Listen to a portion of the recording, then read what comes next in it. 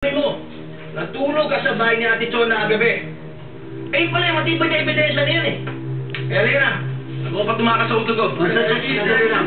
Bago mo kantiin ng anak ko, eh dada ka muna sa ibabaw ng aking bangkay. Ba, wala pala kayo? Hindi na kayo natutog.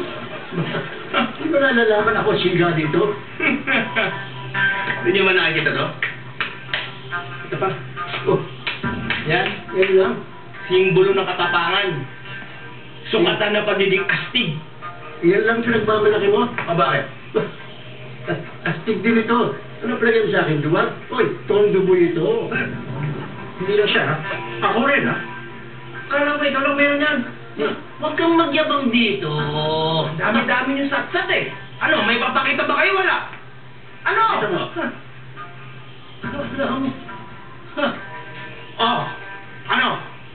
Ha? Uy, niligat ka. Ito yun. Tattoo ba yan? Oo. Takot na siya. Takot na ako. Oo. Mukhang ako natatakot. Eh kayo, may papakita ba kayo? Meron. Ba, ako pa? Eh, puro kayo satsat eh. Eto. Oh. Anak ng agila yan. Anak ng agila. Lagyan na nga dito. Saka nyo na ako kausapin. Pag malalaki na yan, ha? Lagyan na. Ayun ko. O bakit? Kung sabihin may takto ka rin. Wala. Oh. Pero, an, Buni, Daddy Charles, Daddy po nga. Meron. Lagyan na. Daddy.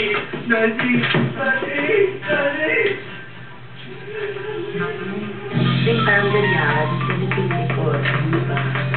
Super cute.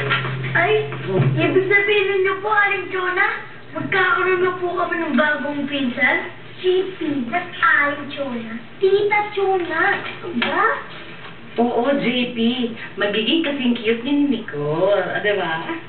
Ay, parang hindi po. Kasi hindi naman po cute eh. Amen.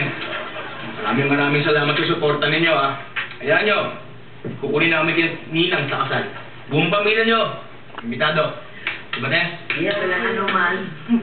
O, si Atong naman. Atong, ikaw na. Halika na. Ikaw na naman yung susukatan. Finish ka na. Stoy! Ano Atong! susukat ang narinig mo? Ha? Baka na! Tuloy naman. Na. Okay, yung pakilista ni Kula. O, shoulder. O, 18. Eh, ganda mo, ha? Para gwapong-gwapo si Bayaw sa araw ng kasal niya. Ha? Ano ba yan? Pakiramdam ko. Buro lang kakainat na nito eh. Nickname. Pwede nataon na ako na ito. Pa. Ako? Oh, tama-tama, Shirley, nandito ka pala eh. Ate, Mabuti pa eh, magpasukat ka na rin para magka-partner tayo sa kasal. Kasal? Naku, walang kasal na magaganap.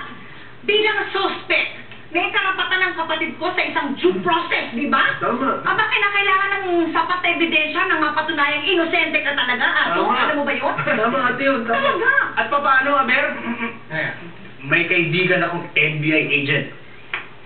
Papalay detector natin si Atong.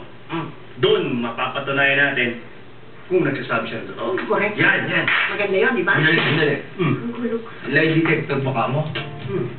Maalala ko lang, may lakad nga pala ako. Ha? May iwan ko na kayo. I'm coming!